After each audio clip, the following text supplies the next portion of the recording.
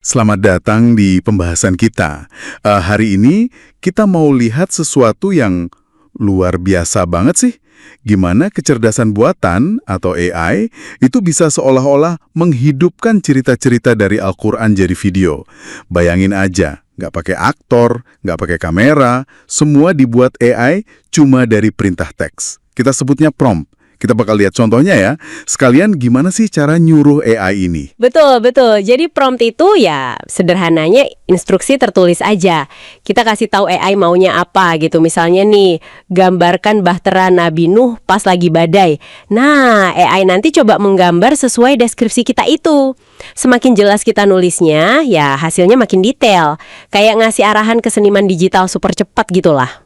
Oke, tapi penting banget nih ya untuk diingat, ini kan interpretasi AI, bukan rekaman asli ya kan? Ini lebih ke kita coba-coba teknologi aja. Lihat gimana AI paham sama teks. Nah, kita mulai dari Bahtera Nabi Nuh yuk. Kan ceritanya, setelah ratusan tahun dakwah, beliau diperintah bikin bahtera itu, buat selamatkan orang beriman sama hewan-hewan dari banjir besar. Gimana kita minta AI gambar ini? Promptnya bisa gini kira-kira. Bahtera kayu besar terapung di laut yang lagi ngamuk. Badainya dahsyat banget. Terus tambahin detail, ombak tinggi, petir nyamber-nyamber di langit gelap, hujan lebat banget sampai kayak nyatu sama laut. AI itu coba menerjemahkan kata kunci kayak dahsyat, hujan lebat nyatu sama laut, jadi gambar. Hasilnya bisa dramatis lambat, coba deh. Kelihatan kan ya? Gimana AI itu nangkap suasana gelap, ngerinya badai itu, ya dari teks tadi. Wih, intens banget ya kelihatannya. Serem. Nah, sekarang gimana kalau mukjizat tongkat Nabi Musa yang jadi ular raksasa itu loh di depan Fir'aun? Ini kan lumayan susah ya nggambarin keajaiban. Benar. Promptnya mungkin bisa gini. Di dalam istana Fir'aun yang megah, tongkat Nabi Musa dilempar, terus berubah jadi ular raksasa. Ularnya hidup, gede banget, dan kelihatan menakutkan. Hasilnya mungkin ya gambar ular gede. Tapi apa AI bisa nangkap gimana ya nuansa mukjizatnya itu, keilahiannya? Nah, itu batasnya AI.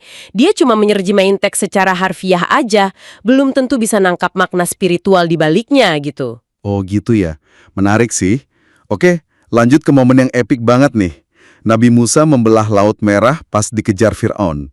Promptnya gimana tuh? Mungkin kayak Nabi Musa arahin tongkatnya ke Laut Merah, airnya kebelah, jadi jalan kering di tengah. Terus di kiri kanannya ada dinding air raksasa tinggi kayak gunung. Gitu kali ya? Nah, iya.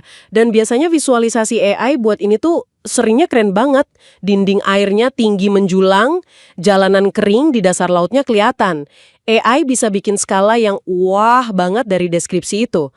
Pas lihat itu, kadang bisa bikin kita, wah, takjub gitu ya. Coba bayangin ada di sana. Walaupun ya ini cuma interpretasi AI, perasaan itu muncul karena gabungan cerita yang kita udah tahu sama visual yang AI bikin dari prompt tadi. Iya, kebayang. Nah, dari yang megah, kita pindah ke gambaran akhirat yang lebih serius ya, neraka atau jahanam. Gimana cara minta AI gambar ini tapi tetap hati-hati? Promptnya ya harus deskriptif, tapi jelas nggak akan bisa nangkap hakikat aslinya ya kan. Misalnya gini, pemandangan neraka jahanam, api warnanya merah, oranye, berkobar hebat. Terus ada suara jeritan samar-samar. Ada rantai-rantai besi, ada sosok-sosok itu dilempar dari langit gelap ke dalam api.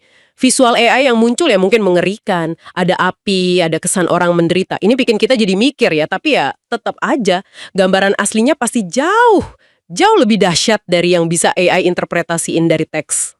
Iya, bikin merinding juga ya bayanginnya. Terus, jembatan Sirat. Jembatan di atas neraka itu kan yang buat ke surga. Gimana promptnya? Terang di ujung.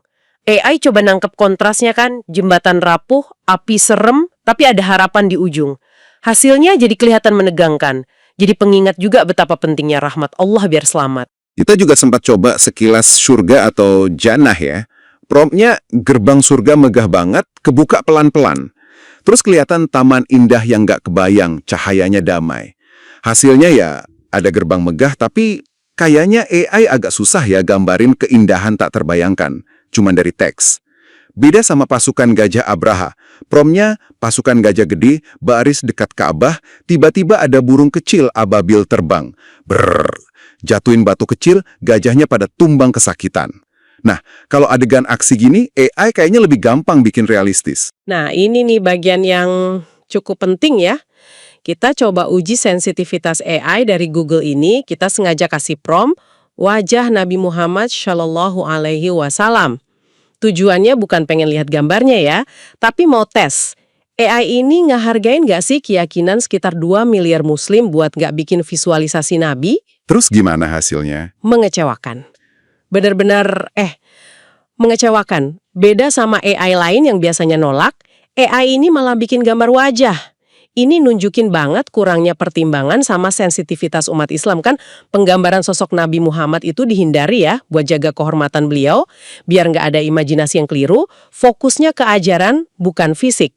Kita langsung tandain hasilnya sebagai nggak pantas tentu saja. Wah, jadi pengalamannya campur aduk ya? Ada rasa kagum sama teknologinya, ngeri juga lihat visual neraka sama sirat tadi, tapi sekaligus kecewa juga ya sama hasil tes sensitivitas barusan. Betul banget, gambaran neraka sama sirot itu meskipun cuma buatan AI, tapi jadi pengingat yang kuat banget soal akhirat. Ini nunjukin kalau AI itu ya cuma alat, bisa dipakai buat yang baik. Kita ada rencana juga bikin serial Sirah Nabi pakai AI, insya Allah.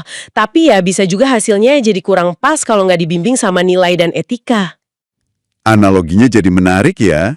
Kayak kita kasih prompt ke AI, nah perbuatan kita sehari-hari ini, itu prompt yang kita kirim buat hasil di akhirat nanti. Betul nggak? Tepat sekali, persis gitu. Jadi ya mari kita renungkan sama-sama, gambaran AI ini kan cuma interpretasi mesin dari teks. Tapi akhirat itu nyata adanya. Prompt apa atau amalan apa yang lagi kita siapin tiap hari buat kehidupan kita selanjutnya? Yuk, lebih hati-hati sama pilihan kita.